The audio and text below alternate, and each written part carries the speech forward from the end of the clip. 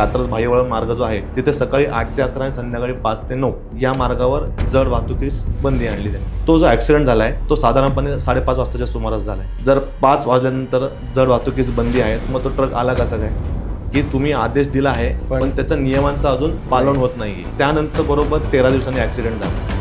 पुण्यात 2 कंटेनरची एकमेकांना त्यांनी धडक दिलेली आहे. पुणे बँगलोर रस्त्याजवळ नवले पुलाजवळ हा अपघात झाला आणि हा अपघात झाल्यानंतर भीषण आग भडकली. या आगीत एक कार जळून खाक झाली आहे. या अपघातात 6 जणांचा मृत्यू झालाय, 12 जण जखमी आहेत. पुणे बंगळुरू महामार्ग ठप्प झालेला आहे. नवले पुलावर सातत्यानं अपघाताच्या घटना घडतात. पुण्यामध्ये जे इनडिसिप्लिन आहे ट्रॅफिक मध्ये ते का झालंय तुम्हाला काय वाटतं? मुळात म्हणजे की लोकांना घाई खूप आहे. Okay. सगळीकडे म्हणजे त्यांना घरी जायचं असेल, त्यांना ऑफिसला जायचं असेल आणि ह्या Right. घाईमुळे झाले की लोक बेशिस्त होत चालले.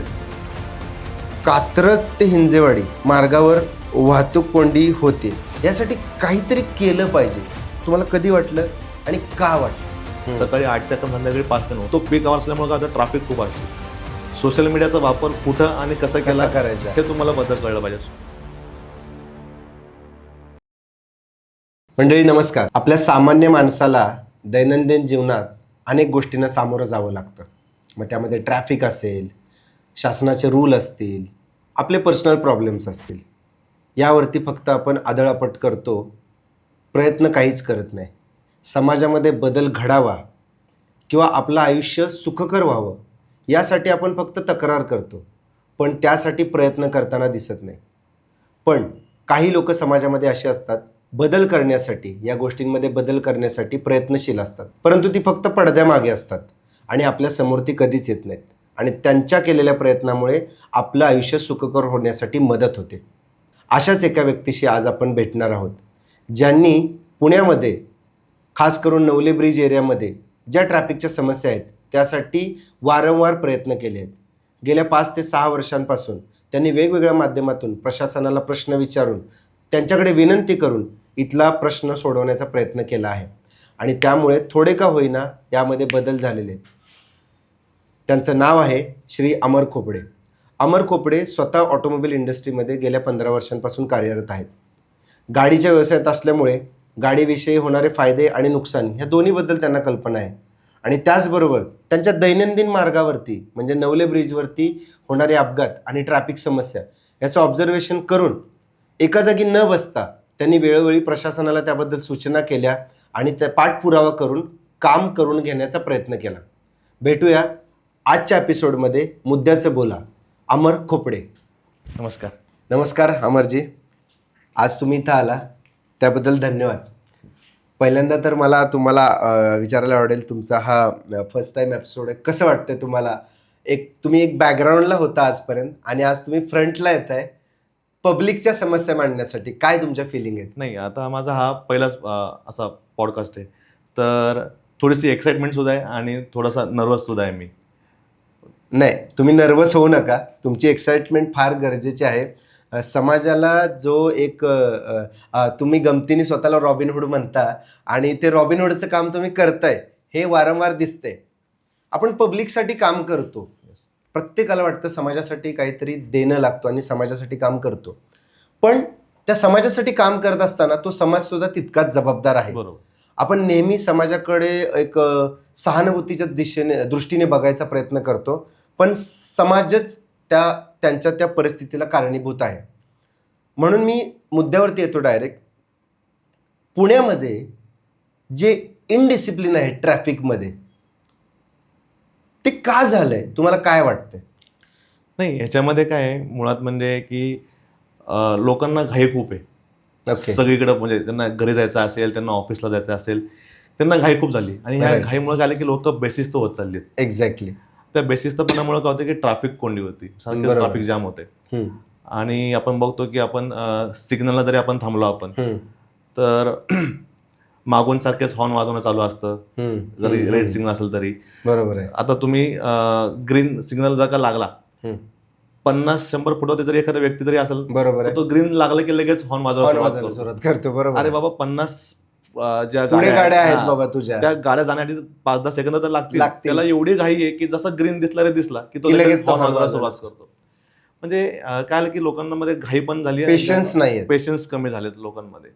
मग पेशन्सचा तसा जर मुद्दा घेतला आपण, तर पेशन्स हा तुमच्या पर्सनल डिसिप्लिनशी कनेक्ट होतो. बरोबर आहे. आणि तुमच्या प्रत्येकाचा पर्सनल डिसिप्लिन सोसायटी डिसिप्लिन बनतो आणि मग प्रत्येक जणच तसा वागायला वागायला लागतो, सुरुवात करतो. घाई करतो. आता या सिग्नलचा तुम्ही विषय काढला, हे झालं सिग्नलच्या मागे असणारं. पण बऱ्याच वेळेला पुण्यासारख्या शहरामध्ये ट्रॅफिक सिग्नलवरती ॲक्सिडेंट होतात जे एकदम, तर लोक पटपट ट्रॅफिक सिग्नल तोडायला बघतात. काय वाटतं, लोकांना भीती वाटत नाही का त्यांच्या जीवाची?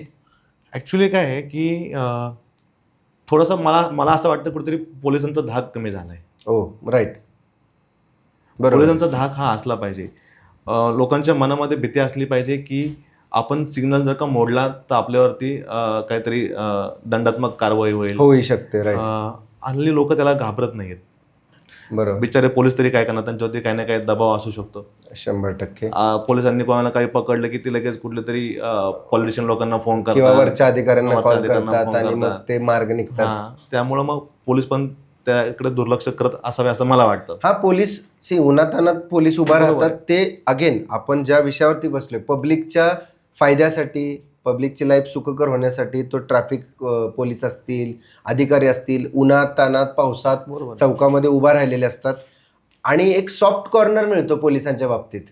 बरोबर. म्हणजे 10 जणांपैकी जर 2 जणांनी ट्रॅफिक तोडला सिग्नल, तर पोलिसच सॉफ्ट टार्गेट होतं सगळ्यांसाठी. आणि पोलिसांच्या विषयी वाईट बोलणे, पोलिसांना शिव्या घालणे किंवा पोलिसच नीट वागत नाहीत, पोलिसच असं करत नाहीत, अशी एक भावना झालेली आहे. पण मुळात तुम्ही जो मगाशी विषय घेतला की पेशन्स आणि त्याच्यावरती ती होणारी घाई, हा सगळा खेळ आहे. त्यामुळे कदाचित लोक ट्रॅफिक सिग्नल तोडत आहेत.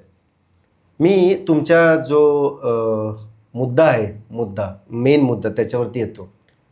ट्रॅफिकचा विषय निघालाय, तर तुमचा जो प्रवास आहे रोजचा गेल्या 5-6 वर्षापासून, तो कात्रज मेन चौक ते वारजेपर्यंतचा आहे तुमचा बरोबर. ऑफिसचा टायमिंग.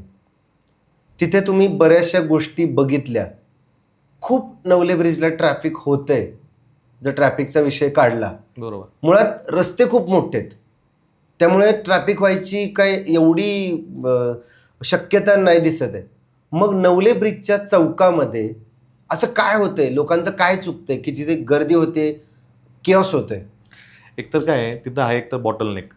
राईट, 2 रस्ते ज्यावेळेस एकत्र येतात तिथं थोडासा बॉटलनेक होतो. बरोबर. तसं तुम्हाला मगाशी म्हटलं की लोकांना घाई झालेली आहे हल्ली. त्यामुळे प्रत्येकाला घाई असती, तो मग गाडी कशीही टाकतो, मग तो कशी मध्ये घुसवणार, लेन कोणी पाळत नाही, त्यामुळे ट्रॅफिक जाम होते. जसं म्हणलं तुम्हाला मगाशी, बेशिस्तपणा हेच एक मुख्य कारण आहे, बाकी काही नाही. बरोबर. म्हणजे लेन भरपूर आहेत. म्हणजे आपण कात्रजवरून पाहिलं, कात्रजवरून ज्यावेळेला हिंजवडीकडे रस्ता वळतो त्यावेळेला इकडे 3 लेन, इकडे 3 लेन, भरपूर रस्ता रुंद झालेला आहे. सर्व्हिस रोडमध्ये पण 2-2 लेन आहेत, मेन हायवेला 6 लेन आहेत. आय मीन जवळपास एक्सप्रेसवे एवढी त्याची रुंदी झालेली आहे. पण केवळ लोकांची घाई, बेशिस्तपणा आणि तो बॉटलनेक, नवले ब्रिजचा जो अरुंद मधला पॅच आहे ब्रिज खालून जाण्याचा, तिथं गर्दी होती. राईट. नवले ब्रिज सध्या हॉटलिस्टवरती आहे. म्हणजे फार चुकीच्या कारणासाठी नवले ब्रिज आज चर्चेत आहे. माझ्याकडे तुमचे काही पेपरची कात्रणं आहेत की तुम्ही वेळोवेळी पब्लिकला किंवा गव्हर्नमेंटला वेळोवेळी बातम्या दिलेल्या आहेत, वेगवेगळ्या तुम्ही मंत्र्यांना ट्विट केलेलं आहे, खूप मोठा तुम्ही पुढाकार घेतलेला आहे. यापैकीच एक तुम्ही पुढाकार घेतलेला जो म्हणजे मध्यंतरी या प्रभागाचे खासदार आले होते इथे, या खडकवासला मतदारसंघाचे खासदार जे आले होते त्यांना तुम्ही एक निवेदन दिलं होतं की इथे ट्रॅफिक होतंय आणि काय त्या उपाययोजना संदर्भात काय तुम्ही निवेदन दिलं होतं नेमकं ते सांगा. निवेदन ह्या प्रकारचं होतं की आता रोज मी प्रवास करतो कात्रज ते वारजे या भागामध्ये, आणि सकाळी 9 वाजता जे ट्रॅफिक सुरू होते ती 11-11:30 वाजेपर्यंत असते. सेम संध्याकाळी तसंच असतं. 5-6 नंतर जे ट्रॅफिक सुरू होते ते रात्री 9 वाजेपर्यंत असते. तर त्याने काय होतंय की एकतर लोकांचा वेळ तर वाया जातोच आहे, बरोबर आहे, फ्युएल वाया जाते जास्त ट्रॅफिकमुळं, राईट. आणि मग ते कोंडीमुळं सारखं मग लोकांचं चिडचिड होते, त्यामुळं बाजूच्या सोबत जे असतो आपण आर्ग्युमेंट करतात, भांडणं होतात, हे मी रोज बघायचो. बरोबर. आणि ह्याची सुरुवात झाली अशी की एकदा मी नवले ब्रिजला ट्रॅफिकमध्ये अडकलो होतो. भयानक ट्रॅफिक होतं आणि माझ्या पुढे एक रिक्षा होती, त्या रिक्षामध्ये एक प्रेग्नेंट बाई होती. तर त्यांना पोटामध्ये काही कळ वगैरे मारा असेल त्या ओरडत होत्या आणि ट्रॅफिक जाम असल्यामुळे मला काहीच करता येत नव्हतं. मग त्यावेळेस मला असं वाटलं की आपण काहीतरी थोडंफार तरी काहीतरी प्रयत्न केले पाहिजे. राईट.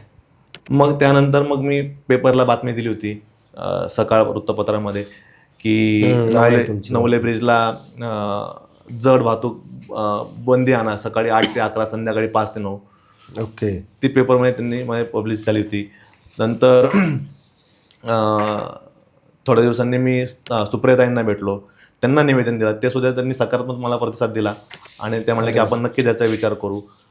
मी त्यांना भेटलो तर जुलैमध्ये, जुलै 2025. जुलै 2025 मध्ये, 9 जुलै 2025. 9 जुलै 2025. तर त्यांनी मला सकारात्मक प्रतिसाद दिला आणि त्यानंतर त्यानंतर 8 ऑक्टोबरला सकाळमध्ये परत बातमी आली की आपले जे पुण्याचे जे जिल्हाधिकारी आहेत राजेंद्र ढुडी सर, त्यांनी आदेश काढलाय की सेम म्हणजे कात्रज भायवळ मार्ग जो आहे तिथे सकाळी 8 ते 11 आणि संध्याकाळी 5 ते 9 या मार्गावर जड वाहतुकीस बंदी आणली त्यांनी.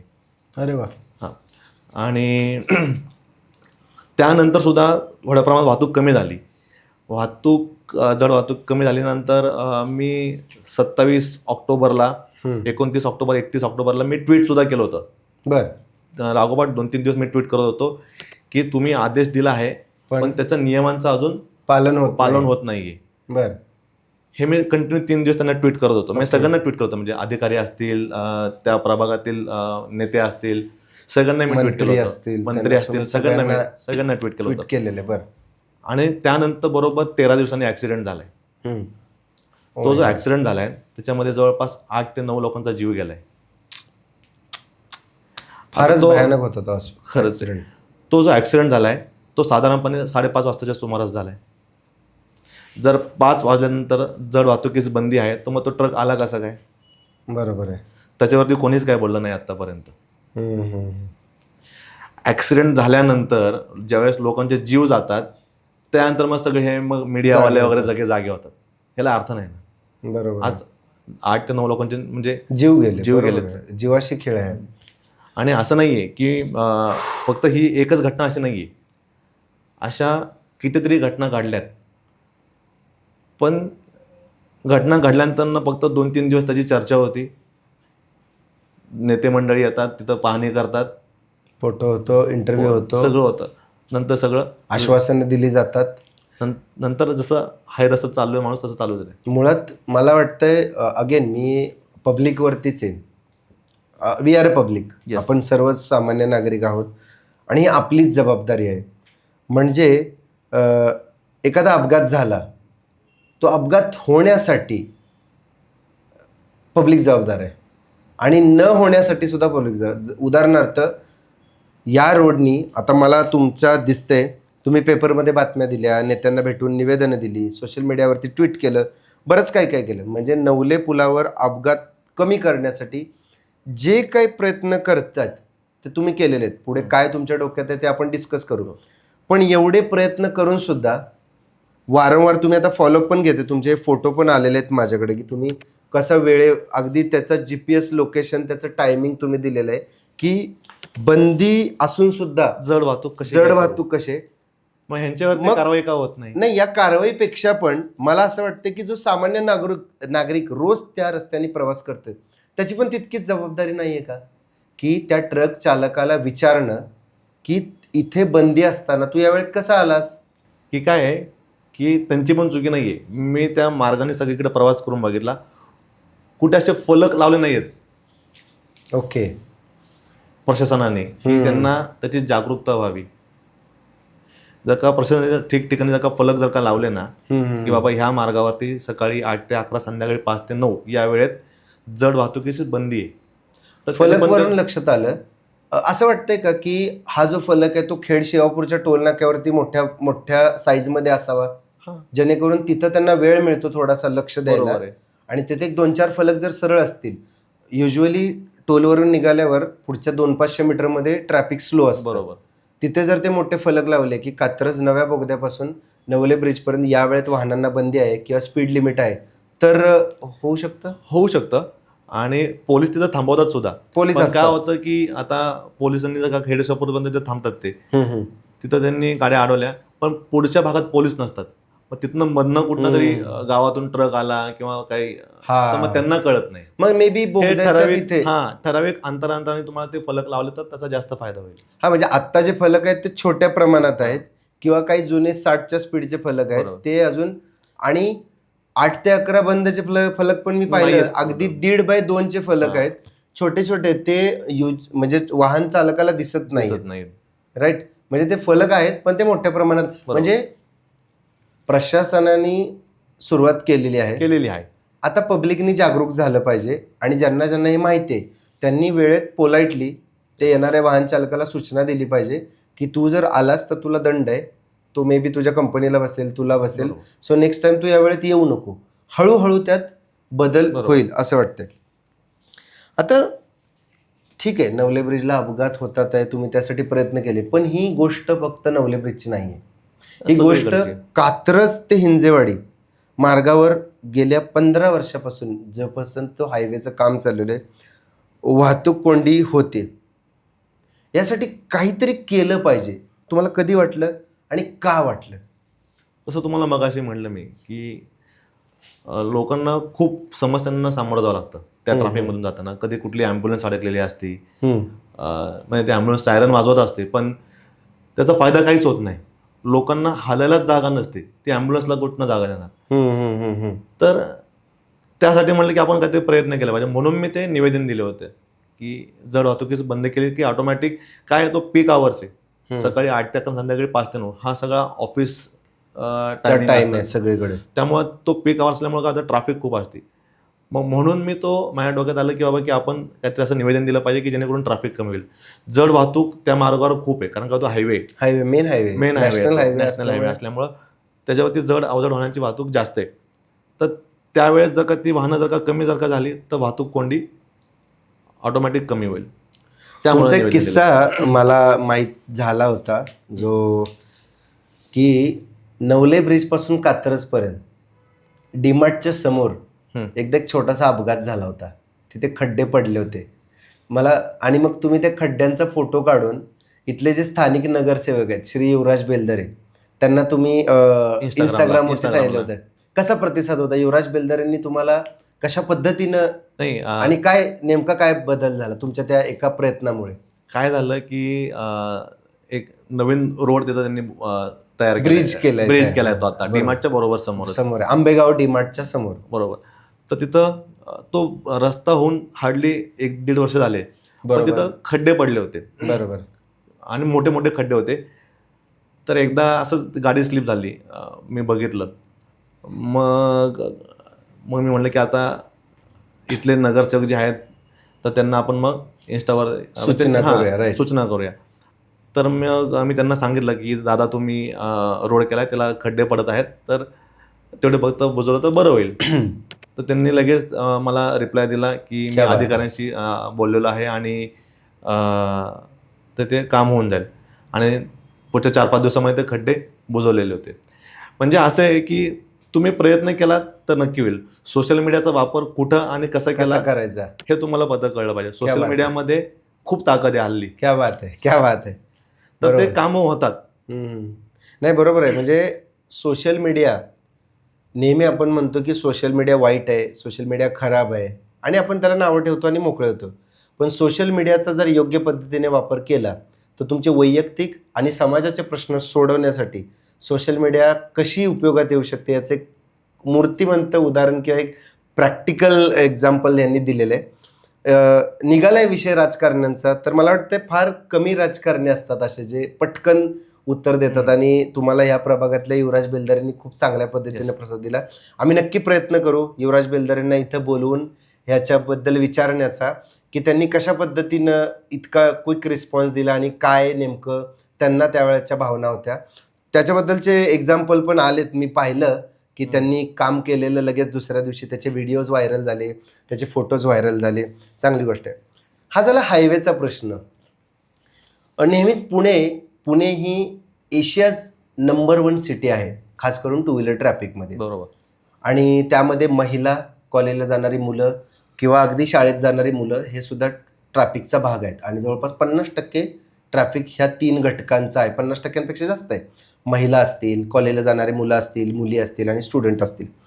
मला एक वेगळा प्रश्न विचारायचा आहे, ट्रॅफिकच्या व्यतिरिक्त, जो की ट्रॅफिकचाच पार्ट आहे.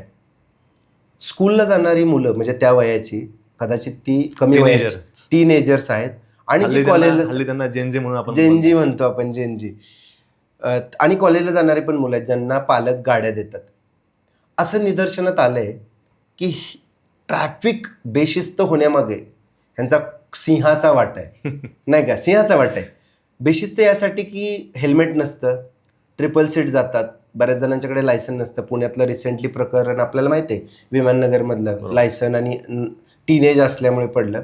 तर मला काय विचारायचं आहे तुम्हाला, ही मुलं एवढी रस्त्यावर बेपर्वा का वागतात आणि त्यासाठी त्यांचे पालक जबाबदार आहेत का? नक्कीच. आज काय आहे की ह्या सगळ्या गोष्टीला पालकच जास्त जबाबदार आहेत. म्हणजे त्यांना 17व्या 18व्या वर्षी त्यांना जे पाहिजे ती गाडी देणं, अगदी 15व्या वर्षी सुद्धा त्यांना पाहिजे ती गाडी देणं, मग ती मुलं गाडी कशी चालवत आहेत त्याच्यावरती पालकांचं लक्ष नसतं की बरोबर. जोरात चालवत आहेत, त्याला वेगवेगळ्या प्रकारचे हॉर्न लावतात, सायलेन्सर लावतात, नंबर प्लेट पण कसले असतात, विचित्र नंबर प्लेट असतात. Number plate. राईट. नंबर प्लेटवर तुम्ही विषय काढला म्हणून तुम्हाला सांगतो मी की आता आपल्या सरकारने सांगितले की तुम्हाला HSRP कंपल्सरी आहे. बरोबर आहे. जानेवारीपासून ते सांगतायत की HSRP कंपल्सरी. राईट. त्यांनी वारंवार मुदतवाढ दिलेली आहे, वारंवार अजूनही दिलेली आता. आता 30 नोव्हेंबरपर्यंत आहे. आता कालच मी कालचीच आकड्यावर तुम्हाला सांगतो, फक्त पुणे शहरामध्ये म्हणजे आपण MH12 जागा बघायला गेलं तर MH12 मध्ये 24 लाख वाहन आहेत सगळी मिळून. MH12 फक्त पुण्यामध्ये 24 लाख गाड्या आहेत. त्यापैकी फक्त 7.5 लाख लोकांनी HSRP रजिस्टर केले किंवा ते नंबर प्लेट लावली. म्हणजे अजून 70% लोक अजून बाकी आहेत. म्हणजे याच्या मागे HSRPचा मुद्दा निघालाय. शासन प्रयत्न करते, प्रशासन जे आहे ते प्रयत्न करते, पण प्रत्येकाला कंट्रोल करणं त्यांच्या हातात नाही.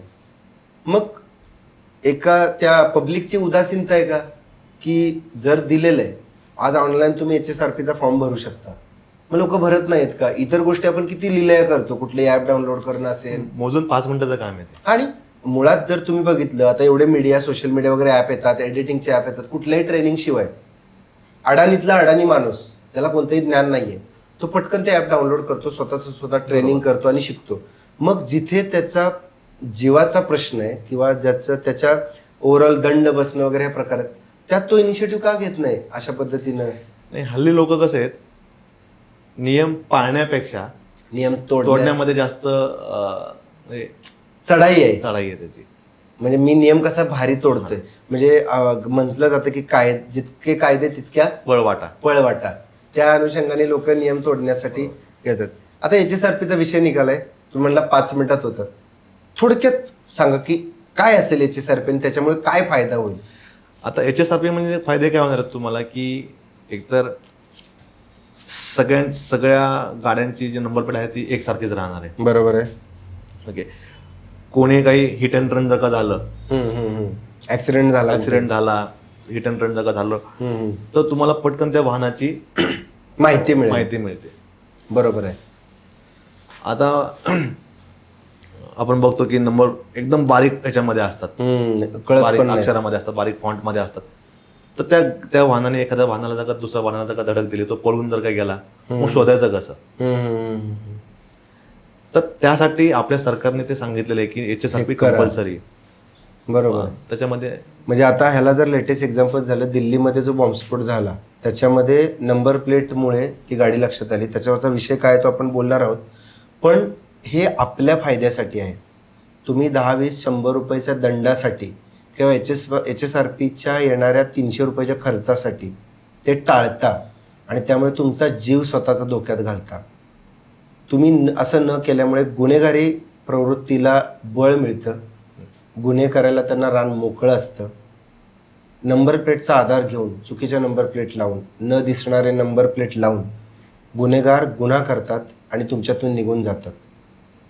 जेव्हा ती वेळ तुमच्यावरती येते त्यावेळेला तुम्हाला त्याचं महत्त्व कळतं की हे असं व्हायला नको होतं. म्हणजे असं म्हणतात की शिवाजी जन्मावा तर शेजाऱ्याच्या घरात, आमच्या घरात नको. म्हणजे इतकी उदासीनता आहे लोकांची की नियम पाळायचे नाही आहेत पण मला त्रास पण नाही झाला पाहिजे. ही फारच वाईट मानसिकता आहे आपल्या आपल्या सर्वांची असं मला वाटतं आणि आपण सर्वजण त्याला जबाबदार आहोत. नवले ब्रिजवरचा अपघात हा आजचा नाही आहे. बरोबर. बऱ्याच वर्षांपासून नवले ब्रिजवरती वेगवेगळे अपघात झालेले आहेत. अनेक लोकांना जीव गमवावा लागलेला आहे, त्यांच्या फॅमिलीला पण जीव गमवावा लागलेला आहे. तर हे थांबलं पाहिजे कुठेतरी. यासाठी वेगवेगळे तुम्ही प्रयत्न करताय, पण अशा ठोस उपाययोजना ज्या लगेच अंमलात येतील त्या काय असतील आणि नेमका काय आकडा आहे तो अंदाजे ज्यांना जीव गमवावा लागला? नाही, आता आपण गेल्या 5 वर्षातली जर का आकडेवारी जर का बघितली तर गेल्या 5 वर्षांमध्ये 45 लोकांचे जीव गेले. ओ माय गॉड, 45 45 लोकांचे नुसत्या नवले ब्रिज जवळ गेल्या 5 वर्षात वर्षामध्ये अपघातांमुळे 45 लोकांचा जीव जीव गेले. गेलाय. 45 कुटुंब अनाथ झालेत. कुणाची आई, कुणाचा भाऊ, कुणाचा. ही फार मोठी शोकांतिका आहे. म्हणजे एवढे अपघात होऊन सुद्धा त्याच्यावरती ठोस उपाययोजना झाल्या नाहीत अजून जशा पाहिजे तशा. तुम्हाला काय वाटतंय की ह्यासाठी काय केलं पाहिजे ह्या एरियात, खास करून नवले ब्रिजचे एक सामान्य नागरिक म्हणून काय भावना आहे? आता म्हणजे मी काही त्यातला हे नाहीये, तज्ज्ञ नाही. तज्ज्ञ नाहीये मी त्यातला, पण सामान्य माणूस म्हणून काय वाटतं मला की नेहमी की आपण बघतो की टोल नाका आला की स्पीड ब्रेकर असतात बघा. गाड्या स्लो व्हायसाठी. गाड्या स्लो होण्यासाठी स्पीड ब्रेकर असतात. का असतात स्पीड ब्रेकर? कारण का त्यांना आपल्याकडनं पैसे घ्यायचे असतात. बरोबर. जो आपण रस्ता वापरतोय, जो त्यांनी रस्ता तयार केलाय, त्या रस्त्याचा खर्च कुठेतरी भरून निघा म्हणून ते आपल्याकडनं टोल घेतात. तर ते आपल्याकडनं पैसे घेण्यासाठी जसे स्पीड ब्रेकर असतात ना, तसेच स्पीड ब्रेकर ते नवीन बोगद्यापासून ते नवले ब्रिजपर्यंत ठराविक अंतराने केले पाहिजे. बरोबर आहे. 700 मीटर, 800 मीटर किंवा 1000 मीटरवरती. हां, तर ते स्पीड ब्रेकर केलं ना की कंटिन्यू स्पीड ब्रेकर असतात बघा, ते लागोपाठ 2-3 स्पीड ब्रेकर. त्यावेळेस माणसाची गाडी ऑटोमॅटिक स्लो होती म्हणजे होतीच. होते. बरोबर आहे, बरोबर आहे. आणि तो एक स्पीड ब्रेकर क्रॉस केला की पुढचा स्पीड ब्रेकर लगेच ठेवायचा, म्हणजे 700-800 मीटर अंतरती. बरोबर आहे. म्हणजे त्याची गाडी फास्ट होणारच नाही. Right. आता ती चूक झालेली आहे. ती जी रस्ता जो तयार झालेला आहे तो तीव्र उतार आहे तिथं, ती त्याला चूक काय झाली करू आहे. शकत त्याला आता आपण काही करू शकत नाही. आता तत्काळ जर का कुठली उपाययोजना असेल तर ती स्पीड ब्रेकर आहे. त्याने आपोआप गाड्यांची स्पीड कमी होतील आणि जो अपघात होणार आहे तो होणार नाही. आता आपण बघतोय की प्रशासनाने तिथं स्पीड गन बसवलेत, कॅमेरे बसवलेत. हो बसवले. हा उपाय नाहीये. लोक घाबरतच नाहीत तर काय करायचं? स्पीड कमी व्हावा हा याच्यावरती उपाय केला पाहिजे. स्पीड कॅप्चर करण्यासाठी नाही. स्पीड कॅप्चर करण्यासाठी किंवा पैसे घेण्यासाठी हेच कॅमेरे नाही बसवले पाहिजे असं मला वाटतं. बरोबर. नाही, प्रत्येकाचे मतं वेगवेगळे असू शकतात. असू पण शकतात. सामान्य माणूस म्हणून मला काय वाटतं की बाबा, आणि मी बऱ्याच जणांसोबत मी चर्चा करतो ना त्यावेळेस त्यांचं म्हणणं तेच आहे की स्पीड गन बसवणे हा उपाय नाहीये. स्पीड ब्रेकर स्पीड कमी करणे हा याच्यावरती काम केलं पाहिजे, ना की स्पीडला दंडात्मक कारवाई करणे. राईट. मला आठवतंय 2022 मध्ये नवले ब्रिज च्या तिथे जिथे आत्ता अपघात झाला तिथेच एक अपघात झाला होता. एका मागोमाग एक 15-20 वाहनं आदळली होती. 48 वाहनं एका वेळेला आदळली होती. त्यावेळेला जीवितहानी कमी झाली होती. May be speed. त्यावेळेला प्रशासनाने खूप ठोस उपाययोजना केल्या होत्या. तुम्ही जे स्पीड ब्रेकर म्हणतात त्याला रॅम्बलर म्हणतात, ते रॅम्बलर वेळोवेळी लावले होते. स्पीड कमी पण होत होतं.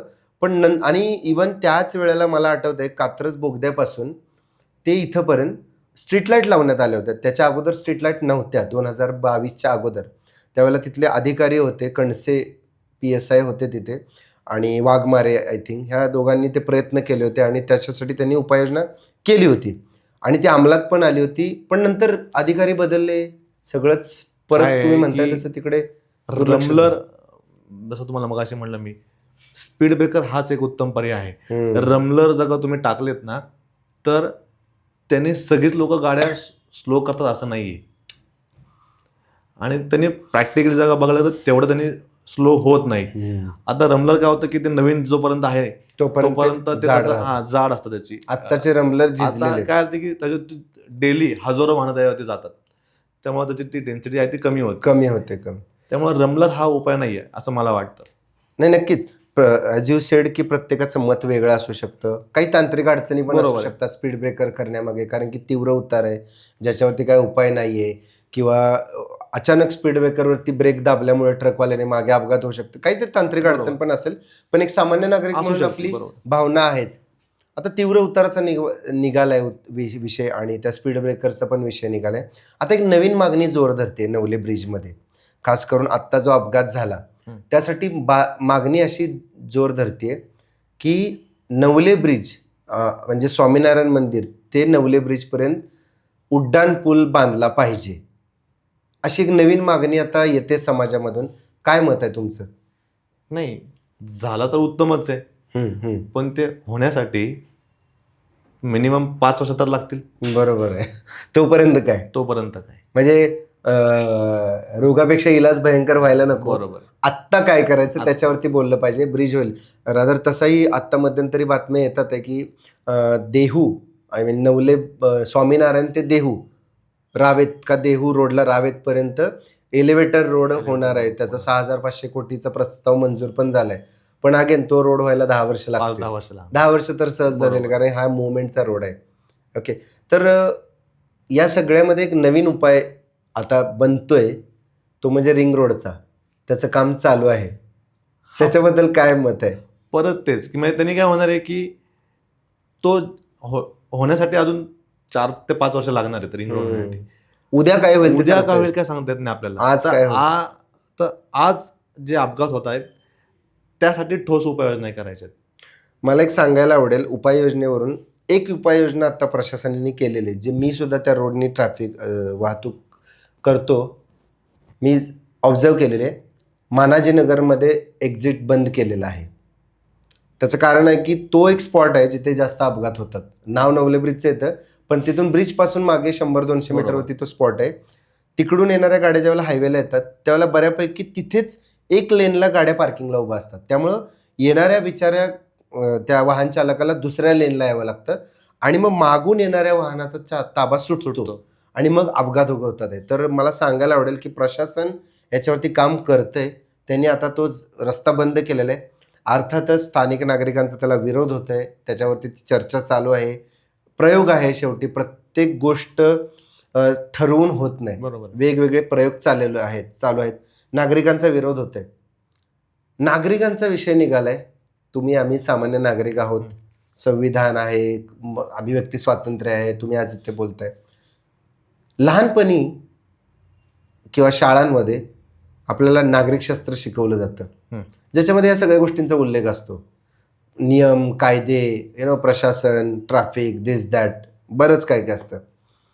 काय वाटतंय तुम्हाला, हा जो नागरिकशास्त्र विषय आहे तो किती मदत करेल आपल्याला हे शिकवायला, म्हणजे येणाऱ्या पिढ्यांना? आणि आपण जे विसरतो, मग काय असावं, या नागरिकशास्त्राचं स्वरूप कसं असावं? पण तुम्हाला आठवतंय शाळेमध्ये नागरिकशास्त्र आपल्याला कितव्या इयत्तेपर्यंत होतं?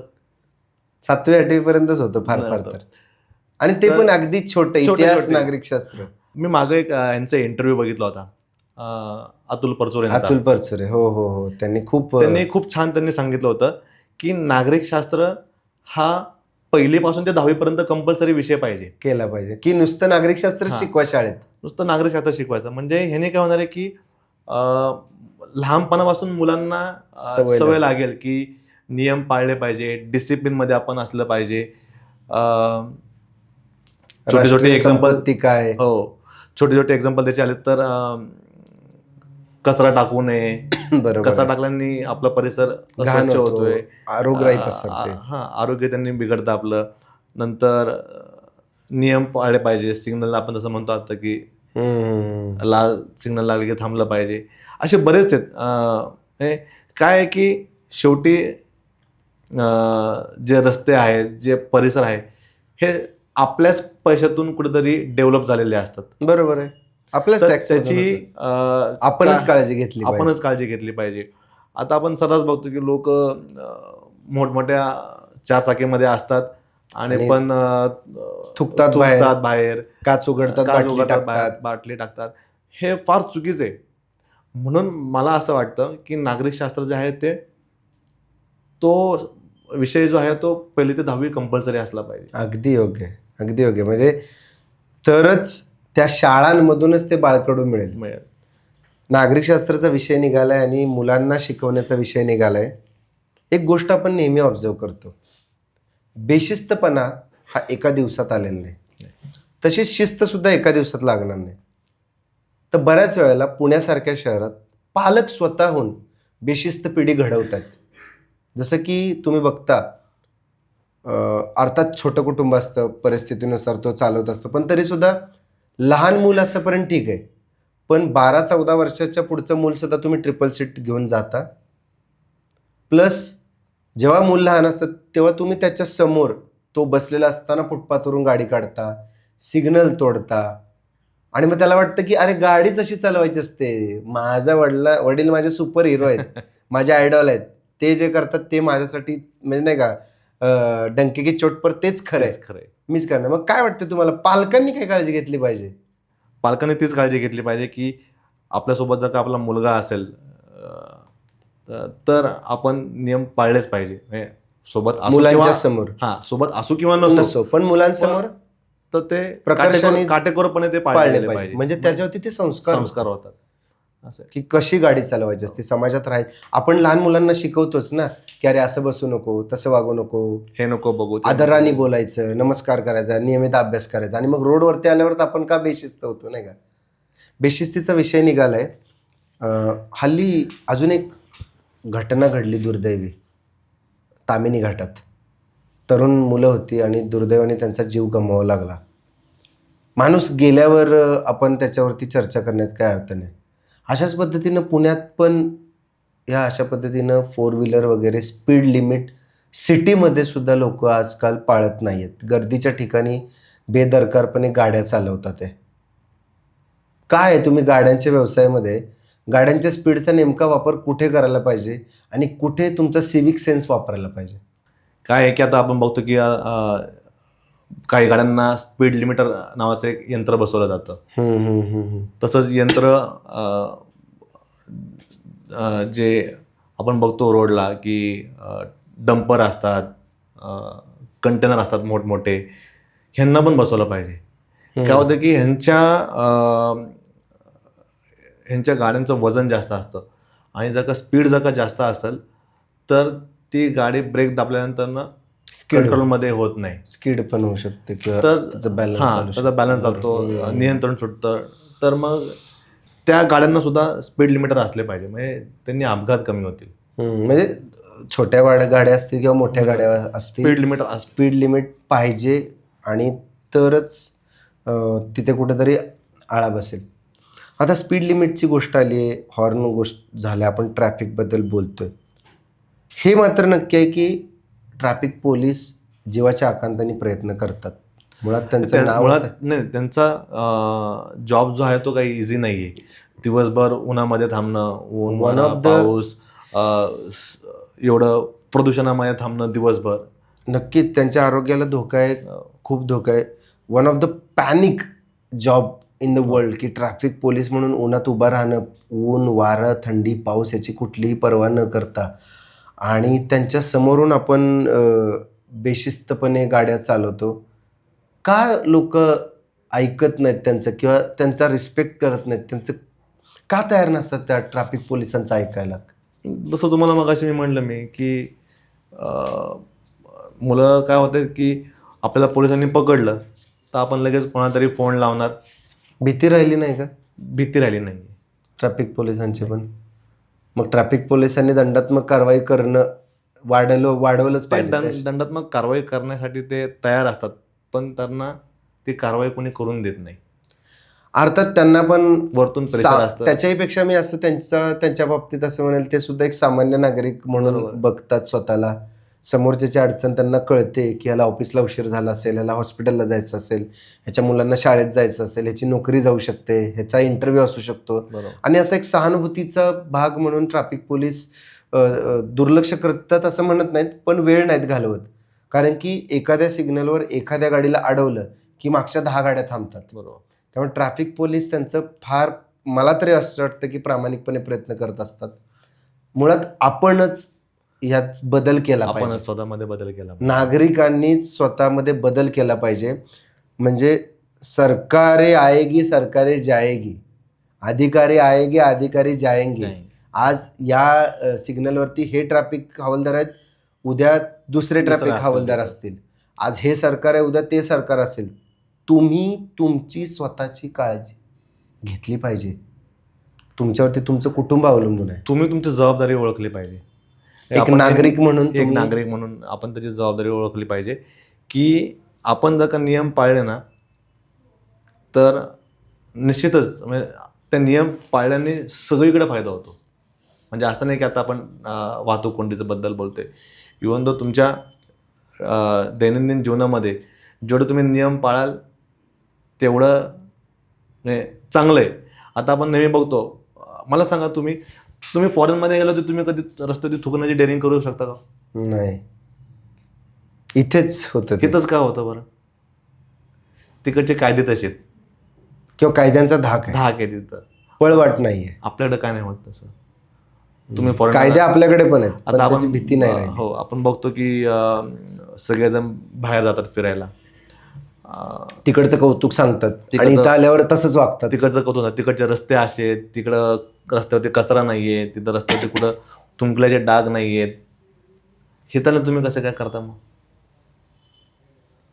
इथं आल्यावरच आपण कंट्रोलमध्ये राहत नाहीये. नाही, फार हा मोठा प्रश्न आहे. तो प्रत्येकाने स्वतः म्हणून मी तुम्हाला मगाशी म्हटलं की नागरिक शास्त्र हे 1ली ते 10वी कंपल्सरी पाहिजे आणि ते छोट्या ह्याच्या स्वरूपात नसलं पाहिजे. पूर्ण एक पूर्ण टॉपिक म्हणून हो. असलं पाहिजे.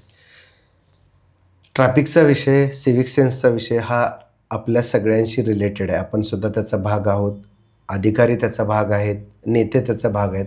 एक जनता म्हणून, एक नागरिक म्हणून हे देशाचे, आणि प्रत्येकाची ती जबाबदारी आहे. ट्रॅफिक असेल, स्वच्छता असेल, जसं की नागरिकशास्त्र झालं, आता इलेक्शन येते तिथं मतदान करणं असेल, ह्या सगळ्या गोष्टी आहेतच. हा खूप मोठा विषय आहे. आपण नवले ब्रिजवरती परत वळूया.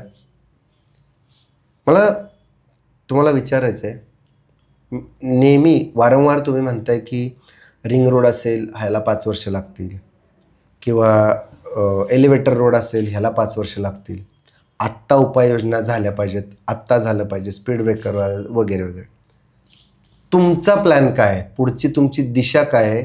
की हे तुमचं जे पडद्यामागं काम चालू आहे त्यात तुम्ही पाठपुरावा करण्यासाठी या भागात कमीत कमी अपघात व्हावे किंवा अपघात होऊ नये, लोकांनी शिस्तीमध्ये वागावं, त्यासाठी प्रशासनाला मदत म्हणून तुमची पुढची दिशा काय आहे? जिथं जिथं चुकीच्या दिसेल तिथं तिथं मग मी त्याचा फोटो काढतो, मग ते पेपरला देतो किंवा मग सोशल मीडियावरती ते कुठेतरी पोस्ट करतो.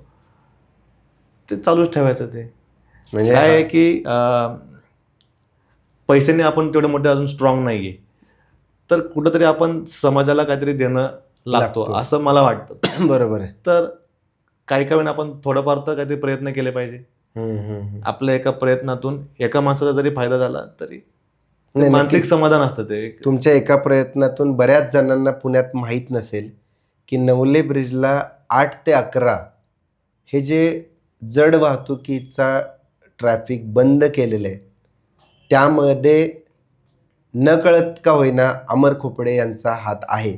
त्यांचे सुद्धा प्रयत्न आहेत, एकट्याचे नाही आहेत, बऱ्याच जणांचे प्रयत्न आहेत. पण त्यापैकीच एक आहेत अमर खोपडे, ज्यांनी स्वतः सुप्रियाताईंना निवेदन देऊन, जिल्हाधिकाऱ्यांना ट्विट वगैरे करून वेळोवेळी या भागात होणाऱ्या घटना, बेशिस्त ट्रॅफिक, जड वाहतूक याबद्दल सूचना केलेल्या आहेत. आणि त्यांच्या प्रयत्नातून अगदी त्यांचा खारीचा वाटा का असेना पण आहे, आणि एका प्रयत्नातून आपण काय बदल करू शकतो हे त्यांनी दाखवून दिलेलं आहे. मी आशा करतो की त्यांचे हे प्रयत्न असेच चालू राहतील आणि आपल्याला सर्वांना त्यांच्या प्रयत्नातून आपल्या आयुष्यात बदल झालेला दिसेल. नवले ब्रिज हा एक स्पॉट आहे.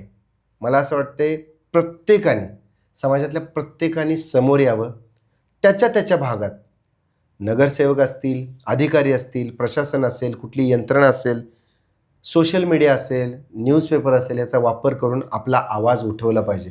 बरोबर. लोकशाहीने आपल्याला तो अधिकार दिलेला आहे आणि याच्यामध्ये काहीच गैर नाही आहे. आपण कुणालाही याच्यामध्ये ब्लेम करत नाही आहे. आपण प्रयत्न केला तर आपलं आयुष्य नक्की बदलू शकतं. हे आज अमर खोपडे सरांनी दाखवून दिलेलं आहे. अमर, नमस्कार. तुम्ही आमच्या पॉडकास्टला आलात. तुमचे हे प्रयत्न पुढे जाऊन जितके मोठे होतील, आशा आहे की पुढच्या पॉडकास्टला तुम्ही याल त्यावेळेला हे प्रॉब्लेम सॉल्व्ह झालेले असतील आणि पुढच्या वेळी समस्यांवरती बोलण्याऐवजी झालेल्या उपाययोजनांवरती आपण बोलायला आपल्याला आवडेल. मला सुद्धा नक्की आवडेल. धन्यवाद. मंडळी, हे होते अमर खोपडे. मुद्द्याचं बोला या आपल्या पॉडकास्टमध्ये आपण नेहमी प्रयत्न करतो की आपला जो पॉडकास्ट आहे मुद्द्याचं बोला, त्याच्यामधून व्यावसायिक, सामाजिक, राजकीय आणि ओव्हरऑल आपल्यामध्ये काय इम्प्रूव्हमेंट होईल, काय देता येईल आम्हाला, ते आम्ही देण्याचा प्रयत्न करतो. आजचा एपिसोड तुम्हाला कसा वाटला कमेंटमध्ये नक्की सांगा. यापुढे तुम्हाला कोणत्या विषयावरती, कोणत्या गेस्टला बोलवायला आवडेल ते सुद्धा आम्हाला कळवा. तुमचे अभिप्राय आमच्यासाठी फार महत्त्वाचे आहेत. आमच्यावरती असंच प्रेम करत राहा. जर तुम्ही चॅनलला सबस्क्राईब केलं नसेल तर कृपया चॅनलला सबस्क्राईब करा. आम्ही तुमच्यासाठी अशाच पद्धतीनं वेगवेगळ्या विषयावरती वेगवेगळ्या पाहुण्यांना बोलवून वेगवेगळ्या विषयांना वाचा फोडण्याचा प्रयत्न करू. पुन्हा भेटू नव्या पाहुण्यांसह नव्या एपिसोडमध्ये. तोपर्यंत मी अमोल कुमार कणसे. तुमचे धन्यवाद.